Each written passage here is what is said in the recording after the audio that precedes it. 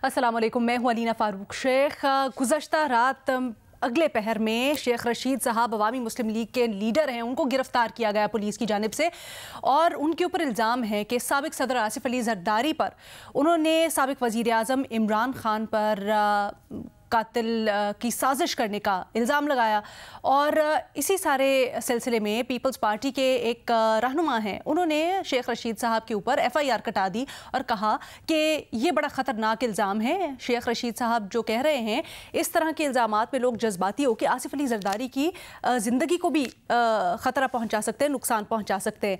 इसी के ऊपर पुलिस ने उनको गिरफ्तार कर लिया। आज 2 रोज़ा जिस्मानी रिमांड भी दे दिया गया है पुलिस को अदालत की जानिब से।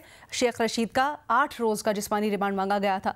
अब सवाल अपने तज्जियाकारों से पूरी सूरत हाल के ऊपर कुछ यूं है कि क्या साबिक सदर पर दहशतगर्दों के साथ मिलकर एक साबिक वजीर आज़म को कत्ल करने का इल्ज़ाम लगाने के इल्ज़ाम पर शेख रशीद को गिरफ्तार किया जाना दुरुस्त है, हाँ या नहीं? के ऑप्शन है हमारे तज्जियाकारों के पास। हमें ज्वाइन कर रहे हैं हफीजुल्लाह नियाजी साहब, मज़हर अब्बास साहब, मुनीब फारूक साहब और शहजाद इकबाल साहब भी हमारे साथ मौजूद है। मज़हर अब्बास साहब, आपकी राय सबसे पहले जानना चाहूँगी।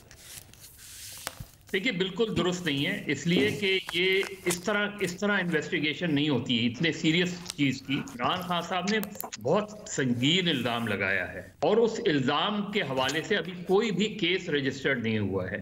ये कोई जाके ये कह दे कि शेख रशीद ने ये बात की है और शेख रशीद को गिरफ्तार, इसका मतलब ये है कि आप उस केस को डाइल्यूट कर रहे हैं। शेख रशीद ने तो वो बात की ना जो इमरान खान कर चुके हैं, तो जो प्राइम इस वक्त कंप्लेनेंट है वो तो इमरान खान है। तो इमरान खान से इन्वेस्टिगेशन शुरू होगी ना।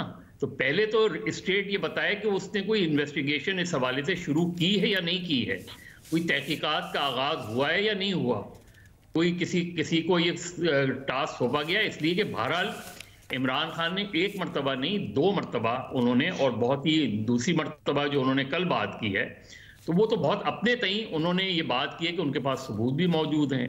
उन्होंने ये बात भी की है कि इसके अंदर जो है वो उन्हें पता है कि एजेंसियों के लोग भी उनके नाम भी पता है उन्हें कि उन एजेंसियों के लोग हैं। तो आप वो तहकीकात तो आपने अभी शुरू नहीं की। आपने शेख रशीद को उठा के हथकड़ी भी बांध दी, असला भी रिकवर कर लिया उन्होंने।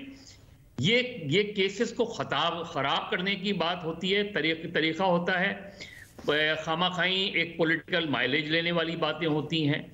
इतने संगीन इल्ज़ाम जो इमरान खान ने लगाया है और जिसमें बिल्कुल आपने वही बात की है कि सिर्फ इमरान खान साहब का अगर ये इल्ज़ाम दुरुस्त है तो इमरान खान साहब की ज़िंदगी को ख़तरा, सिर्फ उनकी ज़िंदगी को ख़तरा नहीं है, आसिफ अली जरदारी की ज़िंदगी को भी ख़तरा है।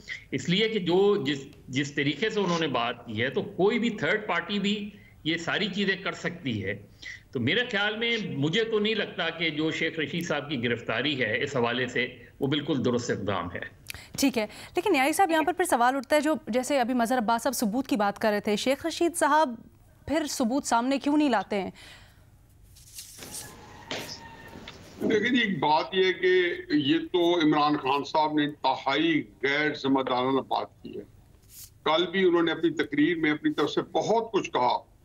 मतलब आसिफ जरदारी साहब को कहा कि आप कुरान उठा के बताएं कि आपने कत्ल नहीं करवाए, इसका क्या ताल्लुक है उनके ऊपर हमला करने का? आया ये सबूत है उनके पास? फिर जब वो कह रहे हैं कि मेरे पास सॉलिड सबूत है और साथ उसी साथ में वो कह रहे हैं कि मेरे इस काम के अंदर लोग सबूत नहीं छोड़ते, ये दोनों बातें कल ही की तकरीर में जो 1 घंटे के कमों पे कम थी या ज्यादा थी 2-4 मिनट, उसके अंदर जैसे दोनों बातें फरमा गए। मेरा ख्याल में उन्होंने एक बहुत ही एक ग्रॉस मिस्टेक की है।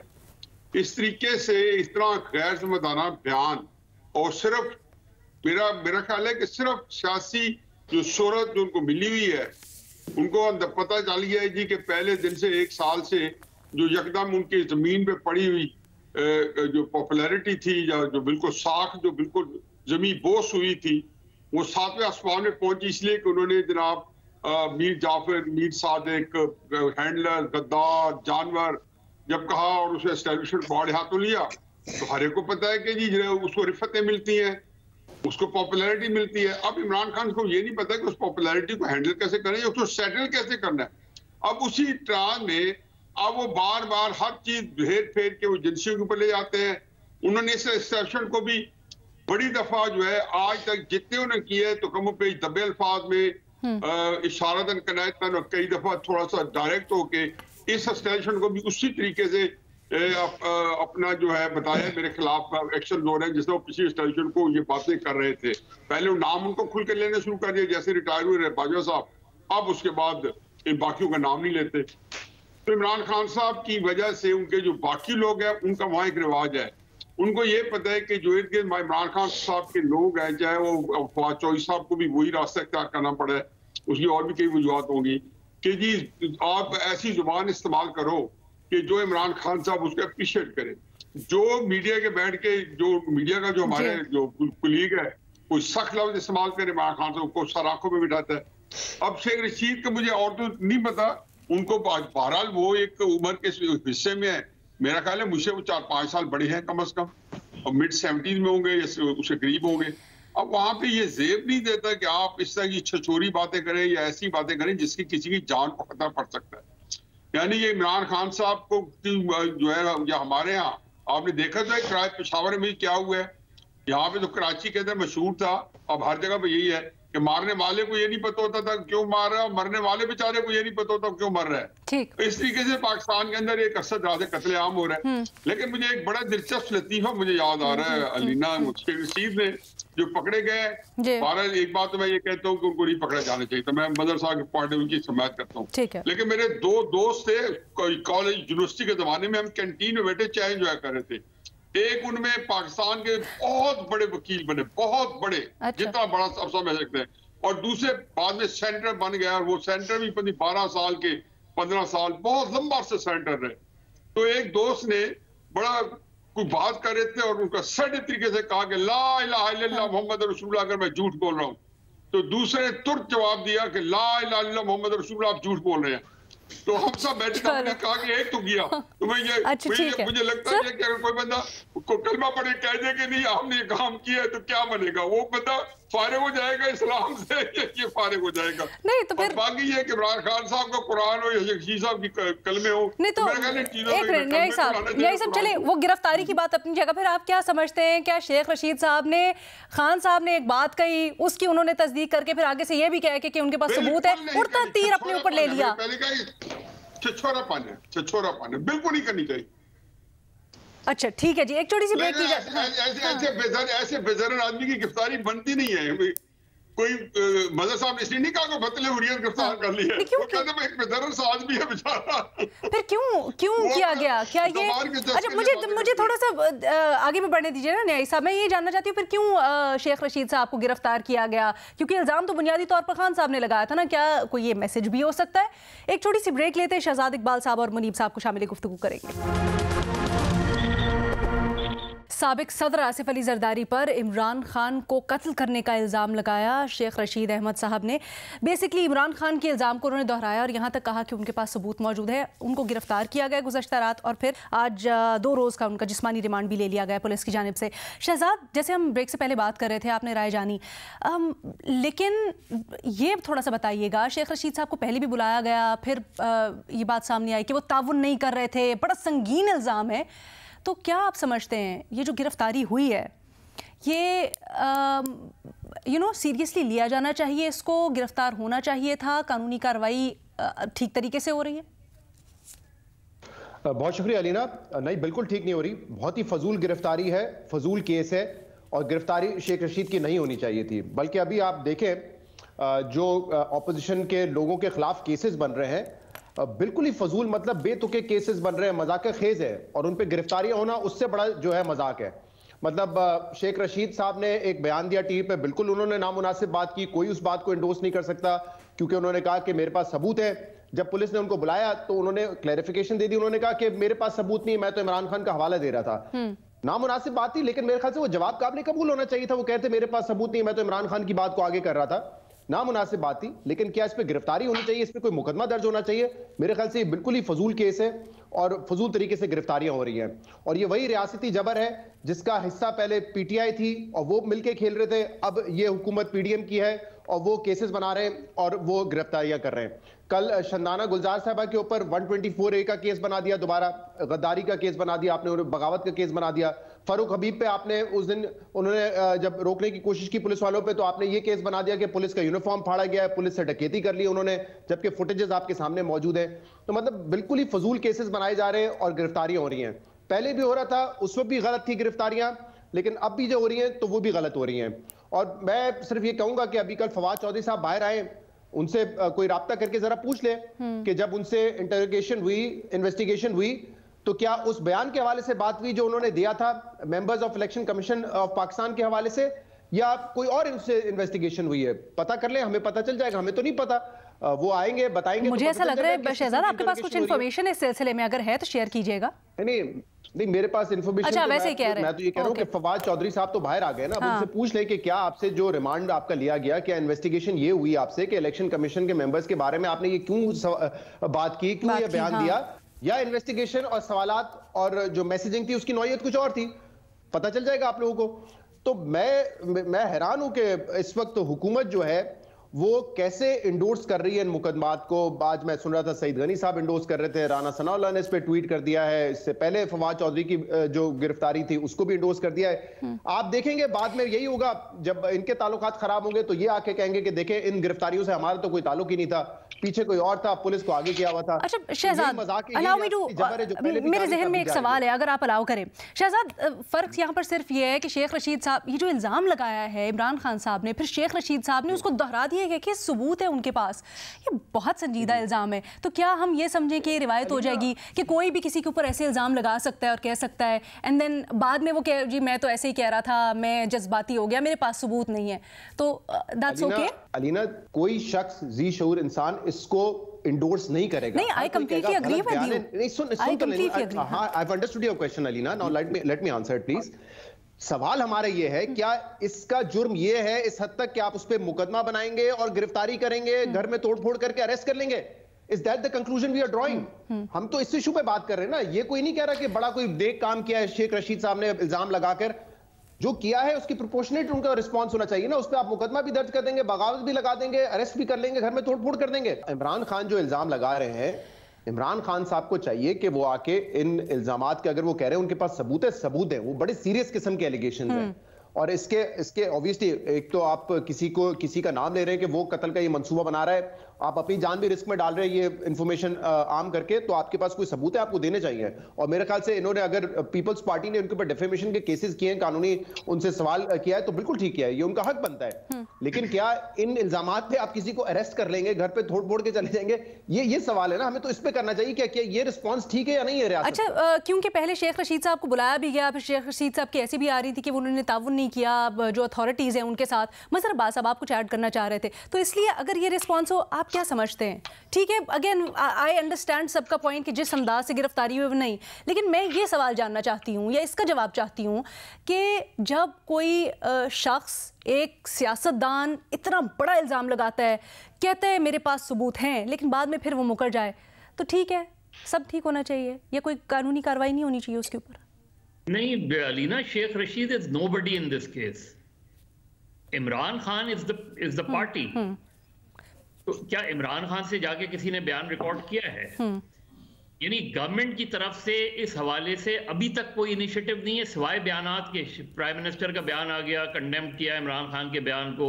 ये कंडेमनेशन का मसला नहीं है, ये एक खुद इमरान खान अपने खिलाफ कत्ल की साजिश की बात कर रहे हैं, वो एक सीरियसनेस है। फॉर्मर प्राइम मिनिस्टर, फिर former prime minister former president पर इल्जाम लगा रहे हैं कि वो इस कत्ल की साजिश में मुलव्विस हैं, उन्होंने एक तंजीम को पैसे दिए हैं, उनके उससे इस साजिश में इंटेलिजेंस एजेंसीज के भी कुछ अफसरान हैं। इसकी सीरियसनेस समझें। बदकिस्मती से इसकी सीरियसनेस गवर्नमेंट ने नहीं ली है, इसकी सीरियसनेस तो सुप्रीम कोर्ट को भी ले लेनी चाहिए। आप फौरी तौर पे कॉन्स्टिट्यूट करें, वो टीम जाए, इमरान खान साहब के बयान रिकॉर्ड करे, इसको एक ऑफिशियल हिस्सा बनाना चाहिए केस का कि जाए। अभी शहजाद कह रहे हैं ना कि अगर शेख रशीद साहब ने ये कह दिया कि चले मेरे पास सबूत नहीं, क्लैरिफाई कर दिया, तो मामला खत्म हो जाना चाहिए था। नहीं, शेख रशीद की हद तक तो मामला है ही नहीं। ठीक है, शेख रशीद इज नोबडी। मैं यही कह रहा हूं कि शेख रशीद इज नोबडी। इमरान खान से इन्वेस्टिगेशन की जाए। मुनीब, क्या ऐसा ही है? शेख रशीद साहब इज नोबडी, क्योंकि उन्होंने तो टीवी पे आके कहा कि भाई मेरे पास सबूत हैं, मुझे सब कुछ पता है, खान साहब ने बताया है, और फिर उसके बाद वो मुकर गए। तो नहीं होना चाहिए था जिस तरह से गिरफ्तारी हुई, और उसके बाद उनसे तहकीकात नहीं होनी चाहिए इसके। अगर उन्होंने क्लेरिफाई कर दिया तो चीज़ें वहीं पे ख़त्म हो जानी चाहिए थी। शहजाद ने यहाँ पे अप्रोप्रिएट रिस्पांस की बात भी की तहकीकात के लिए, इसके ऊपर भी थोड़ी सी रहनुमाई कीजिएगा। देखिए, 2-3 चीजें ज़हन में रखिए लेना। सबसे पहला ये कि ये तो बात किसी को अब शक नहीं है, और ये पहले से हम प्रिडिक्ट भी कर सकते थे कि जो अनहोली अलायंस साबका एस्टेब्लिशमेंट के साथ पाकिस्तान तहरीक इंसाफ की हुकूमत की थी, उसका विक्टिम बनी मुस्लिम लीग नून और पीपल्स पार्टी। अब जाहिर बात है वो एक ऐसा मामला था जो सबको नजर आ रहा था उस वक्त क्या हो रहा था। तो फिर सियासत है, इसमें टेबल्स जो टर्न करते हैं। मैं सही गलत की बात नहीं कर रहा कि कानूनी तौर पर क्या सही है या तो किसका बनता है, मैं सिर्फ एक प्रैक्टिकल रियलिटी की बात कर रहा हूँ। तहरीक इंसाफ ने वो सब किया, आज रिसीविंग एंड पर है तहरीक इंसाफ और शेख रशीद साहब, ठीक है जी। जो मुस्लिम लीग नून और पीटीआई के पीपल्स पार्टी के साथ हुआ वो भी क्या कानून के मुताबिक था नहीं था, वो भी एक डिबेटेबल बात है, बल्कि सबको पता है वो क्या हो रहा है। अब देखिए जो अब हो रहा है उसके अंदर मदर साहब ने जिस तरह कहा ना कि शेख रशीद इररेलेवेंट है, मैं तो कहूंगा यह हुकूमत भी इररेलेवेंट है पीडीएम की। इसके अंदर जो रेलेवेंट है वो पाकिस्तान की एस्टेब्लिशमेंट है। इमरान खान साहब ने बाकायदा तौर पर आर्मी चीफ की अपॉइंटमेंट के ऊपर साजिश की और करवाई, उसका हिस्सा बने। ये बात किसी को अच्छी लगे बुरी लगे, लेकिन ये हुआ, ये नवंबर के महीने में हुआ, उससे पहले शुरू हो गया था। नवंबर के महीने में इसने हतमी शक्ल ली और वो सारे किरदार सामने आ गए। अब बात ये है कि फिर कोई कानों पर रुई ठूस के तो बैठा नहीं रहेगा। अब तरीकाकार फिर बहुत से अडॉप्ट कर लिए जाते हैं। अब फवाद चौधरी के ऊपर जो केस बनाया गया वो एक बेतुका केस था, मतलब सिडेशन फवाद चौधरी ने क्या कर दी थी, लेकिन मसला क्या था? मसला यह था कि आपने एक मैसेज कन्वे करना था, कर दिया। फवाद चौधरी साहब ने आके वो ठीक है वो जरा अपनी जबान के इस्तेमाल में जरा बहुत ही गैर मोहतात है, तो उन्होंने आके दोबारा भी वही बातें करनी शुरू कर दी। लेकिन फवाद चौधरी ने वो गुफ्तगू नहीं की थी जो कि शहबाज गिल ने या आजम सवाती साहब ने अपने ट्वीट के जरिए की।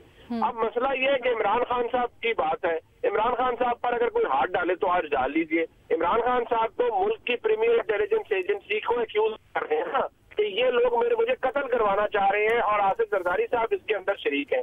आसिफ जरदारी साहब भी सियासतदान है, हमारे मुल्क में सियासतदान एक्सपेंडेबल है। तो दुरुस्त बात है कि अगर आपने जाना है तो आप इमरान खान के खिलाफ डायरेक्ट FIR काटिए, पकड़िए, गिरफ्तार कीजिए इमरान खान साहब को और इन्वेस्टिगेट करवाइए। पहले गिरफ्तार बेशक कर लें, जो आप करते रहे हैं पीटीआई के दोस्त भी अपने वक्त में नैब के थ्रू, तो इमरान खान साहब के साथ भी कर लीजिए, गिरफ्तार कीजिए, फिर इन्वेस्टिगेट कीजिए कि हाँ जी बताएं आपके पास कौन से सबूत है। वो सच बोल रहे होंगे तो वो सामने आ जाएगा, झूठ बोल रहे होंगे तो एक्सपोज हो जाएगा। जहां तक बात ये शेख रशीद साहब को अरेस्ट करने की है, देखिए शेख रशीद साहब एक भड़क मार रहे हैं कि मुझे पता है, उनको कुछ भी नहीं पता। और फ्रैंकली आसिफ जरदारी साहब इतने जीरक सियासतदान है, वो कोई बच्चे तो है नहीं कि उन्होंने किसी को बड़े पोटली में डाल के पैसे दिए हो कि चलो भी जाके ना इमरान खान को मर्डर कर दो। ये मामलात ऐसे तो नहीं होते। इमरान खान साहब भी आपको पता है वो ट्रिगर हैप्पी नेचर है आजकल उनकी, तो जो भी उनके कान में आके कोई बात डाल देता है वो फौरी तौर पे कह देते हैं हाँ ये देखिए ये मुझे कत्ल करवाना चाहता है, हाँ देखिए ये करवाना चाहता है। अपने सवालों के जवाब वो भी नहीं मुकम्मल तौर पर देते बहुत से मामलात के ऊपर। तो मैं इतना जरूर कहूंगा कि जितने केसेस बन रहे हैं कानूनी तौर पर ये कितने भोले हैं, बेतुके हैं, वो मैं उसके ऊपर बड़ी अच्छी हम एक अच्छे हासिल गुफ्तगू कर सकते हैं। लेकिन एक बात है वो है क्रूड रियलिटी, और वो ये है what goes around comes around. आप किसी का नाटका बंद करेंगे तो ये कर्मा है, ये कुदरत का कानून है कि फिर आपको भी अपने ही बनाए हुए हथियारों के नीचे आना पड़ेगा। अगर आप हाँ। लेकिन मुनीब मुझे एक चीज़ ज़रा किया, अभी हम आपके ज्वाइन करने से पहले यही बात कर रहे थे, तो क्या हम ये भी एक रियलिटी समझें कि इस मुल्क के अंदर कोई भी किसी भी तरह का इल्ज़ाम लगा के, बेशक कत्ल की साजिश जैसा बड़ा संगीन इल्ज़ाम लगा के, तो he can get away with it, और बाकी जो चीज़ें होंगी वो पॉलिटिकल नैरेटिव की हद तक ही होंगी, उसके ऊपर कानूनी कार्रवाई, असल में कानूनी कार्रवाई तहकीकात कुछ नहीं हो सकती? अरे मुल्क में मैं हमेशा कहता हूँ और मेरे ख्याल में हम सभी कहते हैं कि लाइबल लॉज इतने कमजोर हैं, तो क्या आसिफ जरदारी साहब ने नोटिस भेज दिया, इमरान खान साहब की सेहत पर क्या असर पड़ता है? अब मसला ये है ना कि जरदारी साहब पे वो 10 और इल्जाम लगा लें, जरदारी साहब ने तो कानूनी कार्रवाई करनी है ना। यहाँ मामला ये है कि आप एक्यूज कर रहे हैं मुल्क की प्रीमियर इंटेलिजेंस एजेंसी के लोगों को कि ये लोग शामिल थे, तो पकड़े ना जी इमरान खान को जाके, फिर पूछे वो आप जवाब देते हैं तो बहुत अच्छा, नहीं अगर झूठ बोल रहे हैं तो फिर उनको अपने मंतकी अंजाम तक पहुंचना चाहिए। जी हाँ, इसी तरह फवाद चौधरी साहब पे जो ये गद्दारी का तो और बगावत का तो फजूल इल्जाम है। हाँ, अगर आप थ्रेटन करेंगे किसी इदारे के लोगों को और उनको बताएंगे कि आपके साथ ये होगा, वो कानून के खिलाफ है और उस पर एक ज़ाब्ते की कार्रवाई होनी चाहिए। बाकी ये बगावत वगैरह के तो फजूल मुकदमे। ठीक है जी, इस सवाल से इतना ही। एक छोटी सी ब्रेक लेते हैं, दूसरे सवाल के साथ हाजिर होंगे।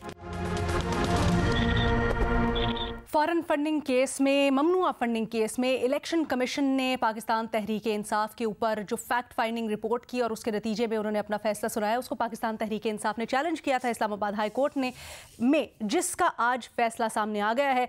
पाकिस्तान तहरीक इंसाफ ने जो एतराज़ात लगाए थे, यानी फैक्ट फाइंडिंग या इलेक्शन कमीशन ने कहा था कि जितना ममनुआ फ़ंड है उसको जब्त किया जाए, फिर आगे जो कार्रवाई हो सकती है इसके ऊपर भी हम बड़ी दफ़ा तज्जिया तबसरा कर चुके हैं कि पार्टी का जो इंतखाबी निशान है उसको भी डिसबार किया जा सकता है। इससे मुतल्लिक जो दीगर कार्रवाइयाँ करनी है इलेक्शन कमीशन ने, वो इलेक्शन कमीशन जारी रखे। आज इस्लामाबाद हाई कोर्ट ने ये करार दिया है। अब अपने तज्जियाकारों के लिए हमारा सवाल कुछ यूँ है कि क्या फॉरेन फंडिंग केस है, ममनुआ फंडिंग केस में तहरीक इंसाफ के लिए ख़तरा आगे देख रहे हैं वो? क्या ये ख़तरनाक हो सकता है तहरीक इंसाफ के लिए, हाँ या नहीं के ऑप्शंस? मुनीब फारूक साहब, सबसे पहले आपसे जानना चाहूँगी और थोड़ा सा हमें ये भी गाइड कीजिएगा कि आगे क्या क्या हो सकता है मुमकिना तौर पर पाकिस्तान तहरीक इंसाफ के खिलाफ इलेक्शन कमीशन जो कार्रवाई करेगा। देखिए अलीना, सबसे इम्पोर्टेंट बात यह है कि इमरान खान साहब की जमात तहरीक इंसाफ ने इलेक्शन कमीशन की जो फैक्ट फाइंडिंग रिपोर्ट थी उसके कंक्लूजन को चैलेंज किया था। पहले तो इस बात पर बहस होती रही कि ये ऑर्डर है या रिपोर्ट है।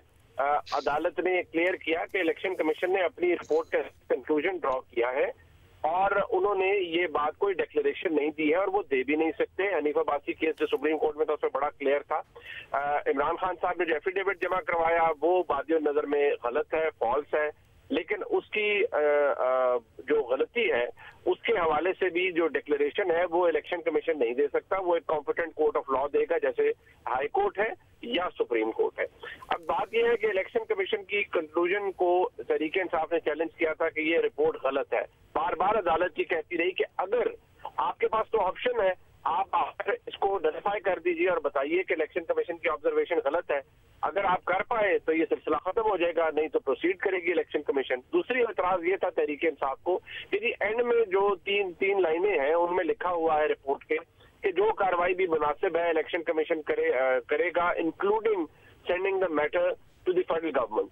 अब वो फेडरल गवर्नमेंट प्रोसेस करती है ऐसे मामलात को जिसमें कोई पार्टी ममनुआ फंडिंग लेने की मुर्तकिब हुई है। एक तो ये कि बहक सरकार वो पैसे जब्त होते हैं, दूसरा ये कि इंटीरियर मिनिस्ट्री प्रोसीड करती है कि जी क्या ऐसी जमात जो है वो काम कर सकती है पाकिस्तान के अंदर, और एक रेफरेंस जाता है लेकिन वो इंटीरियर मिनिस्ट्री डिसाइड नहीं करती। जारी बात है वो मामला कैबिनेट के सामने जाएगा। अब अदालत ने यहाँ सिर्फ ये कहा है कि जो इलेक्शन कमीशन प्रोसेस अडॉप्ट किए हुए था वो सिलसिला ऐसे ही आगे चलेगा। तहरीक इंसाफ के पास ये ऑप्शन है अभी, क्योंकि मुख्तसर फैसला आया है, लिहाजा रीजनिंग मेरे पास नहीं है, वो पढ़ के ही हमें पता चलेगा। लेकिन मैं इतना जरूर कहूंगा कि जो तहरीक इंसाफ के पास अब भी ऑप्शन ये है कि जिन बेनामी अकाउंट्स का, जिन फॉरेन कंपनीज के अकाउंट्स का और फॉरेन नेशनल्स के अकाउंट्स का जो जिक्र आया है, अगर Tehreek Insaf against that report prove कर सकती है मामला और इलेक्शन कमीशन को भी बता सकती है कि ये आपने गलती की है, तो ये रिपोर्ट स्क्रैप हो जाएगी। लेकिन तहरीक इंसाफ अगर ये चाह रही थी कि इस रिपोर्ट को सिरे से नलिफाई किया जाए, इमरान खान साहब को जो नोटिस इशू है वो विड्रॉ किया जाए, वो अदालत ने फैसला जो था तहरीक इंसाफ के खिलाफ दिया है। लेकिन ये मामला आगे अभी चलेगा। ऑलरेडी इलेक्शन कमीशन ने भेज दिया, वो अपना काम कर चुके हैं इस हवाले से by sending a matter to the federal government. बाकी फेडरल गवर्नमेंट ने प्रोसीड करना है, वो भी मैं आपको बताऊं कि कुछ चीजें आसान नहीं होती। क्या देना आसान हो जाएगी जी, पार्टी डिस्बैंड हो जाएगी, निशान विड्रॉ हो जाएगा, इसके अंदर बहुत अच्छा, ठीक है मुनीब, क्विकली ये भी बताइएगा, आप क्या समझते हैं ये क्या फोरम अप्रोप्रिएट होगा? आप क्या सुप्रीम कोर्ट के पास जाएंगे अगर पाकिस्तान तहरीक इंसाफ इस फैसले को चैलेंज करती है तो? जी बिल्कुल, ये क्योंकि ये लार्जर बेंच था तो ये मामला 3 मेंबर बेंच था, तो अब इस्लामाबाद हाई कोर्ट में कोई और बड़ा बेंच तो उस तरह मेरा नहीं ख्याल कॉन्स्टिट्यूट होगा कि अगर वो इंट्रा कोर्ट में जाएंगे तो इंट्रा कोर्ट तो सिंगल बेंच के खिलाफ होती है नॉर्मली। ये क्योंकि 3 मेंबर जज साहिबान थे अपैरेंटली, तो ये सुप्रीम कोर्ट में वो इसके खिलाफ बिल्कुल अपील कर सकते हैं। और अगर कोई नए फैक्ट हैं तहरीक इंसाफ के पास तो उनको साथ लगाने चाहिए और सिर्फ पॉइंट्स को नहीं बल्कि फैक्चुअली भी बताना चाहिए कि इलेक्शन कमीशन ने कहाँ गलती की, कहाँ गलती। अच्छा मुनीब, आपसे थोड़ी दरमियान में हम रहनुमाई चाहेंगे क्योंकि अगेन कानूनी नुक्ता उठेगा कहीं ना कहीं सबके तज्जिए में। लेकिन शहजाद ये कहिएगा, क्या आपको लगता है कि ईजियर सेड देन डन कि तहरीक इंसाफ आगे जाके अपना दिफा करेगी, इसको चैलेंज करेगी, या फिर आपको लगता है कि कुछ हो सकता है ख़तरनाक, जिस तरह के इमरान खान भी काफ़ी इशारा कर रहे हैं या शुबा जाहिर कर रहे हैं? देखिए, दो तीन चीजें। एक तो जब ये डिटेल्ड ऑर्डर आएगा, I am sure Tehreek Insaf इसको सुप्रीम कोर्ट में चैलेंज करेगी। फैक्ट फाइंडिंग जो रिपोर्ट है इलेक्शन कमिश्नर ऑफ पाकिस्तान की कमेटी की, उसको चैलेंज किया जाएगा।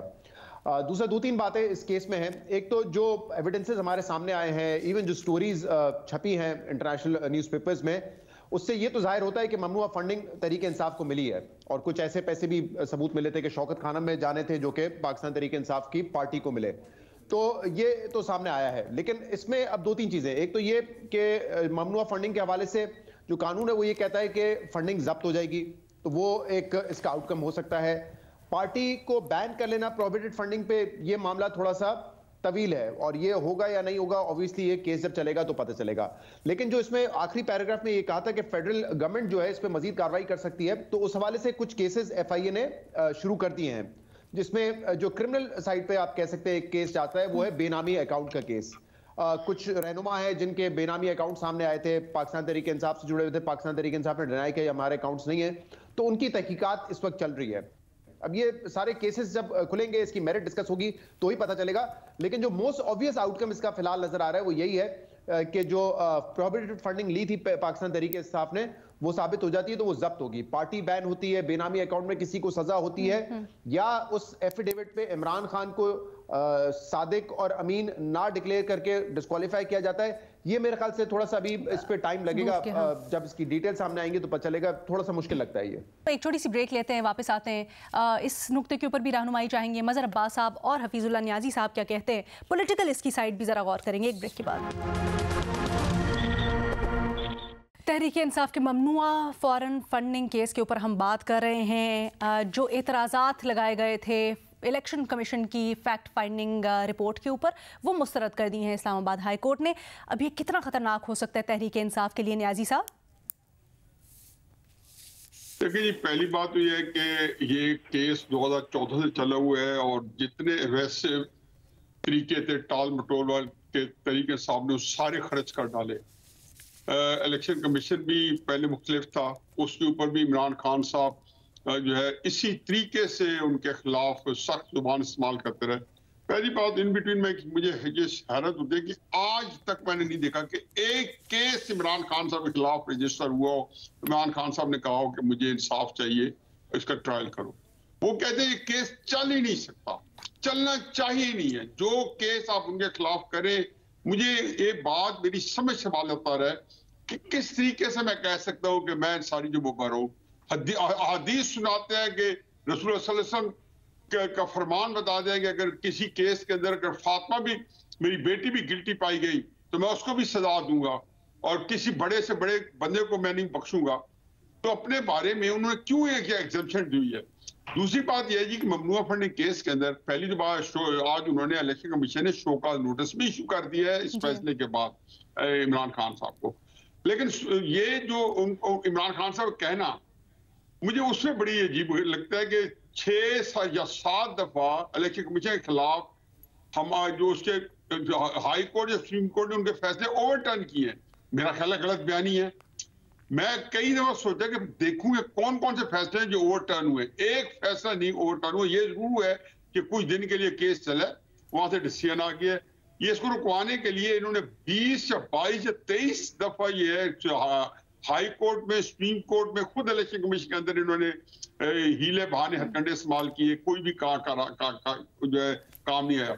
अब ये देखिए फाइनेंशियल टाइम जिसका थोड़ा सा शहजाद ने भी दिया है, देखिए ये 23 जुलाई को ये उसके अंदर रिपोर्ट आई और क्या था उसके अंदर इतनी डैमेजिंग है। और इमरान खान साहब का पहले कितनी दफा हम कर चुके हैं कि 7 क्लॉक की रिपोर्ट के ऊपर कितनी दफा कहा जी कि इमरान साहब के लिए वो कभी बर्दाश्त नहीं करते कि उनके किसी जो साख के बारे में इंग्लिश पेपर्स में इंग्लैंड के अंदर कोई एक खबर भी छपे और वहां पे पूरे एक सफे का मजमून छपा जिसमें कहा गया कि जी किस तरीके से चैरिटी फंड्स को जो है सियासत के लिए इस्तेमाल किया गया। हेडलाइन है उसकी आरएम नकवी का उनका, और 2.1 मिलियन का, जिसमें से 1 मिलियन के इलेक्टेड ही दिया अबराज को और 1 मिलियन किसी दुबई के शहजादे ने दिया, और कंड्यूट होकर इमरान खान साहब के पास है।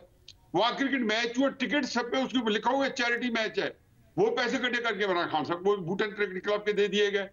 अब उसके बाद कोई एक चीज में नहीं है, अभी शायद किसी हमारे यहाँ किसी दोस्त ने कहा है कि न्यूज की रिपोर्ट थी बाकायदा कि ये किस तरीके से बेशुमार अकाउंट्स उन्होंने चेक किए, और उन्होंने कहा जी हमने तो शौकत खान को पैसे दिए थे, हमारा नाम जो है उन्होंने इलेक्शन कमीशन को दे दिया कि हमारे कंट्रीब्यूटर है, क्योंकि उसको कोई पता नहीं चला। उन्होंने कहा जी नाम दो, उन्होंने कहा जी दे लो, दो कुछ दो अढ़ाई। सर अच्छा, मसला ये है तहरीक इंसाफ अपने डिफेंस में ये कहती है ना सिर्फ इन इल्जामात से मुतल्लिक, बल्कि वो इसकी टाइमिंग के ऊपर भी खासकर सवाल उठाती है। वो कहती है ये जो मुबहिम सोर्सेज से फंड्स हैं, ये फंडिंग हर एक की पार्टी में मौजूद है, पीपल्स पार्टी भी, नून लीग भी, गए भी हुए हैं ये लोग, तो वो कहते हैं उनका भी साथ क्लब किया जाए, दरखास्त भी दी है उन्होंने। तो क्या आपको लगता है कि उस बुनियाद पर कुछ ना कुछ तहरीक इंसाफ को रिलीफ मिल सकेगा, या फिर आपको लगता है कि अभी सिंगल आउट किया जाएगा? अलीना कैसे किया जा सकता है? 2014 के मुकदमे और ये 2019 में फर्क अभी उस रिएक्शन में उसको लेट करने के लिए गए हैं। ये मुनीब हमारे बैरिस्टर बैठे हैं, इनको पता है कि कोर्ट्स के अंदर हमारे यहाँ इस तरह के तरीकेकार होते हैं कि 5-6 वकील दे देते हैं, एक नहीं आता, किसी को दरखास्त दे देते हैं ताकि डिले हो, जैसे आप देखते नहीं रोजाना डिले होती है।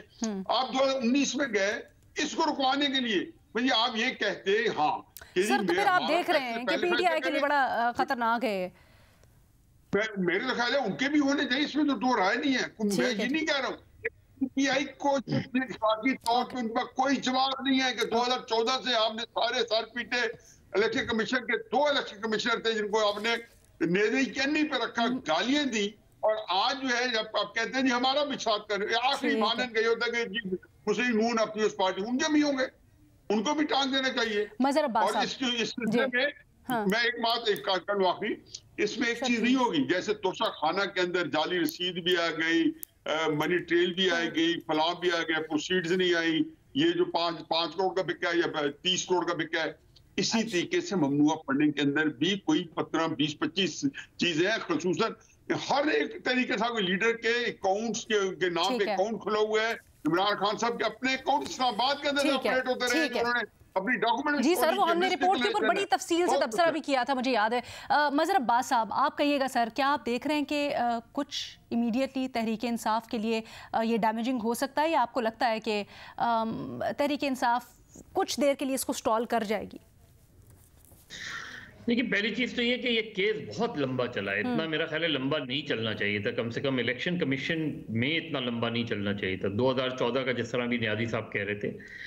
दूसरे ये कि ये जो उसका काउंटर आर्गूमेंट ले आया जाता है वो बिल्कुल ठीक है कि मुस्लिम लीग और नून और पीपल्स पार्टी के खिलाफ आप कंप्लेंट करें, पीटीआई कंप्लेंट करे और उनकी फंडिंग, लेकिन उसको इससे नहीं जोड़ा जा सकता है, इसलिए कि यहाँ जो फॉरेन फंडिंग का क्वेश्चन उठा है वो विद इन द पार्टी उठा है, यानी पार्टी का ही एक बानी रुकन जो है वो गए हैं इलेक्शन कमीशन में और उन्होंने ये वो क्वेश्चन रेज किया है। तो ये ना पीपल्स पार्टी ने पीटीआई के खिलाफ केस किया हुआ है, ना मुस्लिम लीग नून ने पीटीआई के खिलाफ केस किया हुआ है। दूसरी बात ये कि इसके खतरात बढ़ सकते हैं, बिल्कुल बढ़ सकते हैं। उसकी वजह यह है कि इलेक्शन कमीशन का एक फैसला था, उसको अब इस्लामाबाद हाई कोर्ट ने इंडोर्स कर दिया एक मरतबा, मतलब उन्होंने उनकी दरख्वास्त रिजेक्ट कर दी। लेकिन क्या इसके नतीजे में पार्टी डिफंक्ट हो सकती है? उसके लिए पूरा एक प्रोसीजर है, और प्रोसीजर ये है कि फेडरल गवर्नमेंट जो है वो फिर एक रेफरेंस फाइल करती है सुप्रीम कोर्ट में, और उस रेफरेंस में फिर वो उनको खुद भी एक पूरा और केस बिल्ड करना होता है कि किस बुनियाद पे आप चाहते हैं कि इस पार्टी को बैन किया जाए या डिफंक्ट डिक्लेयर किया जाए। पाकिस्तान में जो 2 पार्टियां बैन हुई थी उसमें जो सबसे ज़्यादा हाई प्रोफाइल केस था वो नेशनल अवामी पार्टी पर था, जब उन पे पाबंदी लगी थी। उससे पहले इराक की एम्बेसी से असला रिकवर किया गया, असला रिकवर करने के बाद ये सिलसिला जो है वो उन्होंने पूरा केस बनाया, हैदराबाद ट्राइब्यूनल बनाया, हैदराबाद ट्राइब्यूनल बनाने के बाद ये सारी चीज़ें की गई उसके बाद, और उस पर भी फिर बाद में जब जनरल मार्शल लगा तो फिर उस ट्राइब्यूनल को ख़त्म किया गया। तो ये आसान प्रोसीजर नहीं है, इट्स अ लेंदी प्रोसीजर। लेकिन इससे फिर पॉलिटिकल, जाहिर है इमरान खान ने इलेक्शन कमीशन के हवाले से ऑलरेडी एक नैरेटिव बिल्ड किया हुआ है, तो ये सारी चीज़ें आसान नहीं होंगी। लेकिन ज़रूर है कि इस्लामाबाद हाई कोर्ट का जो फैसला है वो तहरीक इंसाफ के लिए सेटबैक ज़रूर है, क्योंकि अब उनके पास सुप्रीम कोर्ट ही एक फोरम रह जाता है कि वहाँ जाएं या इधर रिव्यू फाइल करें। तो अगर प्रॉब्लम्स आ सकती हैं तो आ सकती हैं, लेकिन प्रोसीजर लेंदी है। ठीक है मुनीब, जाते जाते बस ये रहनुमाई थोड़ी सी कर जाएगा, जैसे हम पहले भी आपसे पूछ रहे थे, कुंवर दिलशाद साहब आज कह रहे थे कि शायद जो ये ममनुआ फंडिंग जब्त करने का मामला है फौरी तौर पर कार्रवाई शुरू हो जाए। आप इस सिलसिले में क्या सोचते हैं, क्या फौरी तौर पर कार्रवाई होगी या फिर स्टे ऑर्डर ले सकती है तहरीक इंसाफ? नहीं, मेरा नहीं ख्याल कि इसमें कोई वो स्टे ऑर्डर वाला मामला हो सकता है, इसलिए क्योंकि जो नेचुरल कॉन्सिक्वेंस है प्रोहिबिटेड फंडिंग का, वो तो कानूनी तौर पर यही है कि वो बहक सरकार पैसा जब्त हो जाता है। अब ये सारी चीज क्योंकि इस्लामाबाद हाई कोर्ट में चैलेंज हुई, अभी जिस तरह बताया जा रहा है, जब हम ये रिकॉर्ड कर रहे हैं कि कोई फैसला डिटेल आ गई है जजमेंट, तो उसमें पता लगेगा कि अदालत ने किन रीजनिंग को बेस बनाते हुए ये दरखास्त रिजेक्ट किया। लेकिन जो नेचुरल कॉन्सिक्वेंस है वो यही है कि ये बहक सरकार इलेक्शन कमीशन की रिपोर्ट के कंक्लूजन के मुताबिक प्रोहिबिटेड फंडिंग थी और वो जब्त की जाएगी। उसका नेचुरल कॉन्सिक्वेंस यही है। मेरा नहीं ख्याल कि वो इसका थोड़ा सा प्रोसीजर गाइड कीजिएगा, क्योंकि बहुत बड़ी रकम थी, if I am not wrong 356 या 350 से ज्यादा कुछ अकाउंट्स और फिर उसकी रकम, तो ये तो पीटीआई के लिए बहुत मसला हो जाएगा। क्या प्रोसीजर है? देखिए नॉर्मली ये होता है कि जो पैसे बहक सरकार जब्त होने होते हैं वो गवर्नमेंट ऑफ पाकिस्तान के जो ट्रेजरी है वहां से बाकायदा तौर पर ये मामलात चले जाते हैं, इलेक्शन कमीशन भेज देता है कि ये रकम वाजिबुल अदा है, ये जमात में देने हैं इस मद में।